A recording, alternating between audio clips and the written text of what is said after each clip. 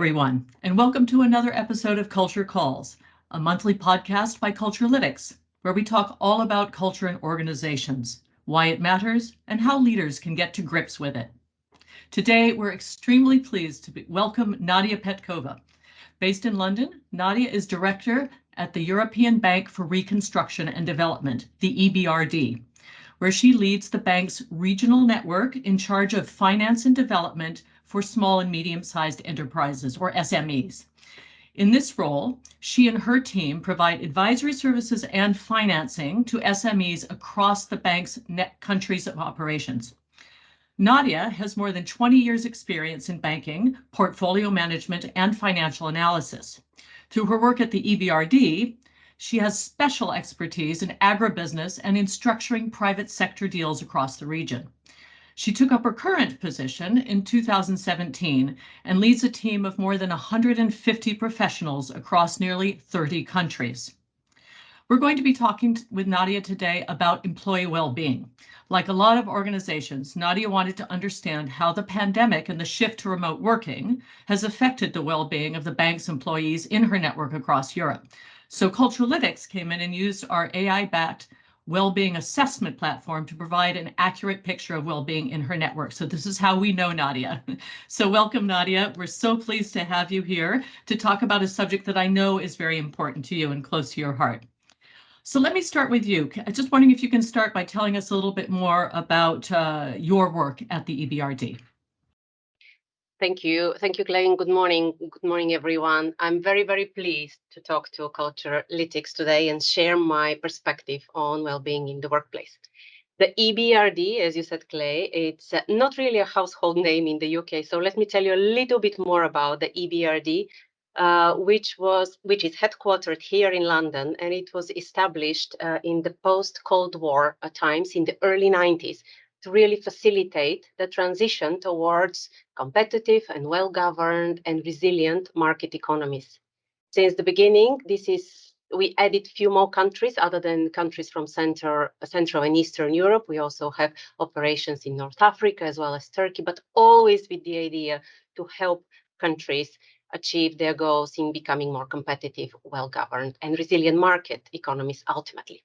So our team, my team, is one of the biggest in the bank. As you mentioned, Clay, more than 150 professionals across 30 countries. We are focused on working with micro, small and medium-sized enterprises.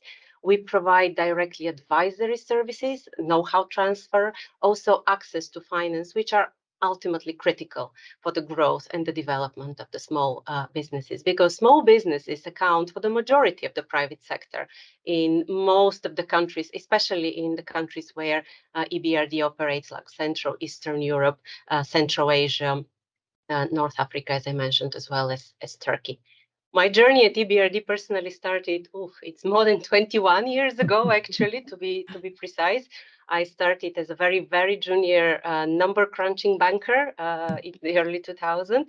I spent roughly half of my time in the field and split between the field and headquarters. And I think I'm mentioning this because it's very, very important for us as an institution, our work in the field and working directly with companies, because we at EBRD work primarily with the private sector. Around 75% of our investments are in the private sector.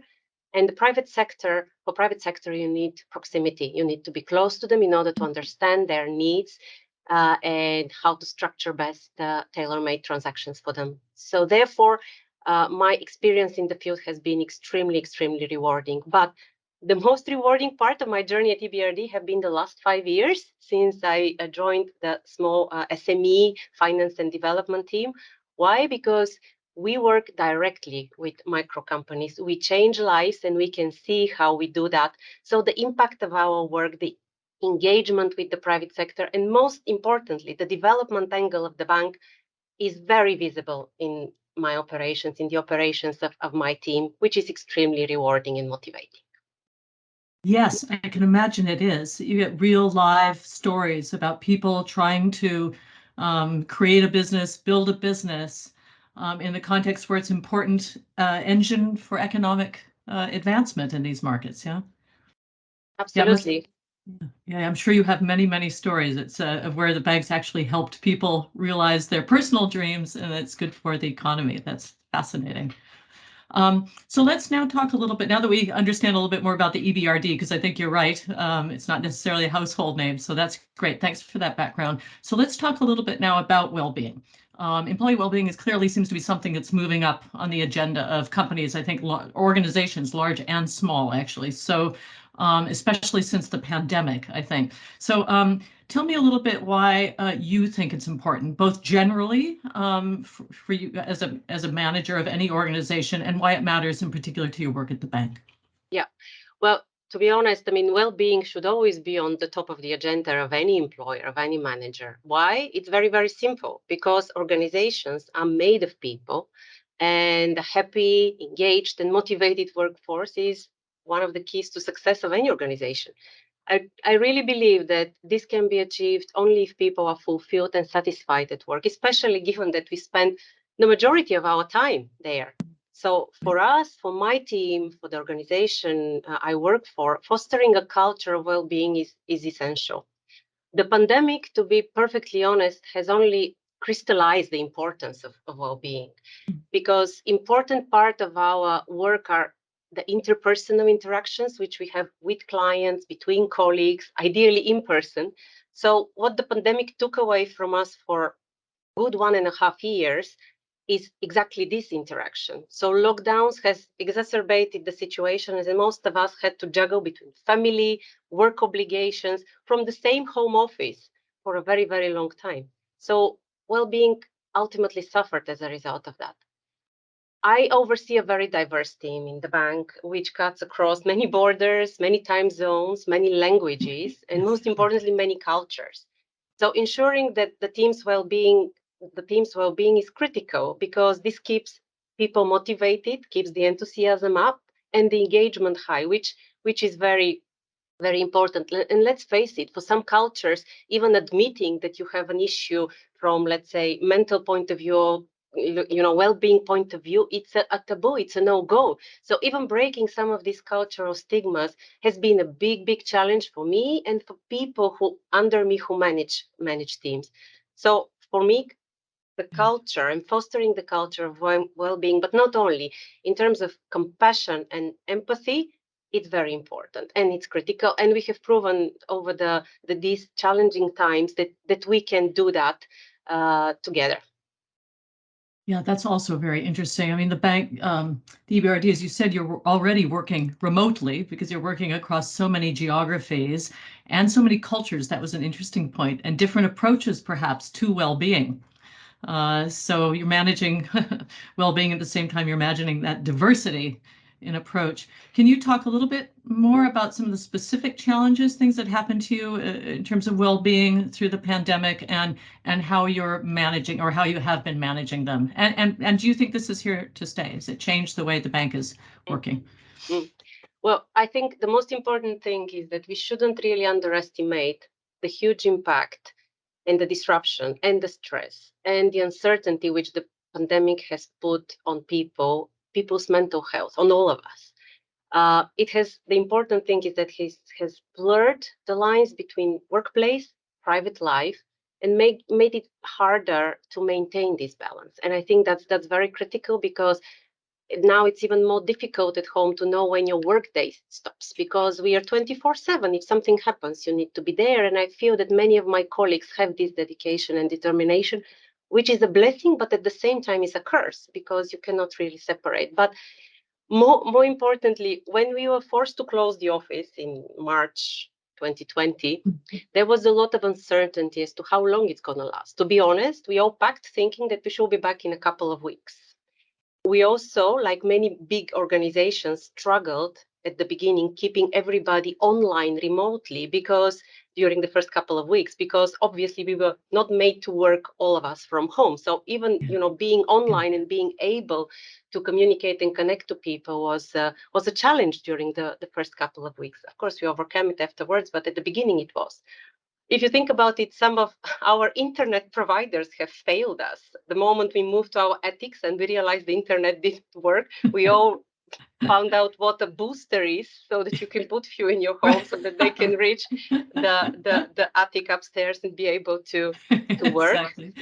But and as if this was not enough, we had our kids moving back with us 24/7. Yes. Some of us being cramped in very small flats with no option to work quietly in the spare bedroom because there was no spare bedroom. So very trivial, one would say, and sometimes now in retrospect funny challenges, but it was not funny back in 2020. And not at all. So how we responded, I think, as I mentioned, empathy and compassion for people's diverse situations.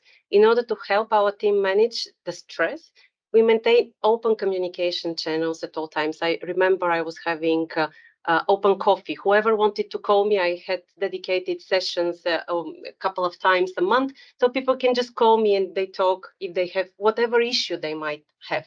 That's interesting. Did they Yeah, use that? Can I ask you, did they use that? they did, not the first time around, but afterwards they realized, because it's very easy to set up what we were used to. You set up a call, you discuss specific topic. Nobody anymore picked up the phone to ask you, how are you doing, actually? A very, very simple question, and not necessarily talk about work, but how are you coping? So I think people appreciated that, but also checking in with colleagues to see how they are doing, as I mentioned, and if they need any support in any form or shape. This was also something which we did. Candid discussions were held very regularly, not only me, because I have people who manage people under me. So obviously a group of 150 people, you have a lot of mid-level managers. So everybody was doing this, I know, on a regular basis. And we also provided a lot of flexibility in terms of working hours to accommodate difficult family circumstances as it was necessary, and it was necessary in many, many cases. So what I have to say that despite all the challenges and the challenging circumstances we went through, actually our team, and I'm extremely proud of our team, because we supported each other and we continued to pull together and continued our work. Just to give you a few examples, we moved in a matter of a couple of months, almost seamlessly, into online advisory work for SMEs. So we discovered all the platforms we can work. We connected, like from Zoom to WebEx to just Teams, whatever was possible, in order to stay connected to the SMEs. We also moved to digital delivery of a lot of services which we provided, including to new clients. It became normal and common to meet a client for the first time on the screen, for example. We were not able to travel.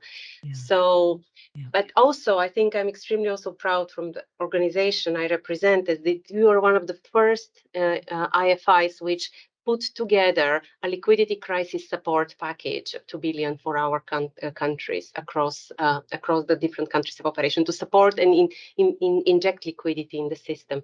So if you think all of this, the fact that people see how the institution was reacting and accommodating, this kept the team very motivated and engaged. And I think I'm probably the most proud of, because everybody was so motivated and everybody was upbeat. I think also, of course, adrenaline has kicked in for many people. We need to deliver.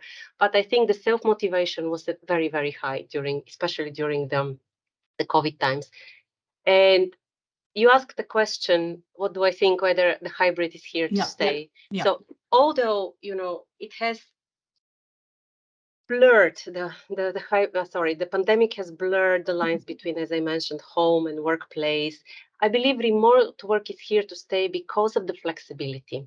Because of the flexibility, it allows for rearranging our work and our personal lives in a way that better fits us. But most importantly, in doing all of this, I believe we have proven that our efficiency does not suffer. And I can say that for my team.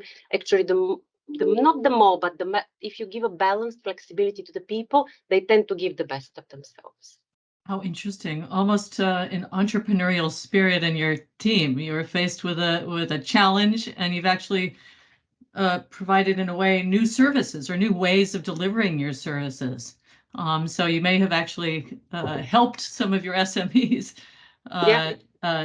develop those things as well. So interesting. It's actually so here to stay, but the solution's here to stay, perhaps, as well.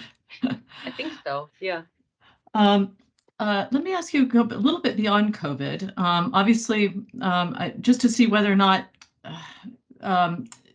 the bank or the fact that, because of the services you provide, because of the work that you do, and because of where you are in Europe, if there are any well-being challenges related to that.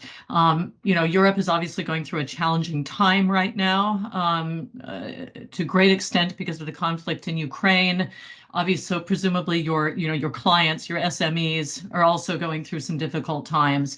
Are there well-being issues that have stemmed from this? Yeah. No, absolutely. When we started coming back to the office last year in September, October, we thought, okay, COVID is almost behind us, so let's get on with our new normal lives going forward. And then came 24th of February, 2022. As you know, we operate obviously in Ukraine. We have a very big team. I personally have a very big team. So all the people needed first to be relocated in a very, very swift manner, and the bank did amazing job in that respect. Obviously, the war and the traumatic events around it have affected colleagues from Ukraine, but beyond, because also there were a lot of countries, neighboring countries, which also felt very much threatened by everything that's happening. However, what I want to say is that it was incredibly heartening to see the support from across the board for Ukrainian colleagues, but also Ukrainian people, refugees who have moved. Many colleagues actually in HQ have scrambled to find space in their homes to host refugees. Really? Wow. Here, Wow. but also teams in neighboring countries have established remote networks to create shelters for refugees. For example, in Moldova, we were at the forefront of that.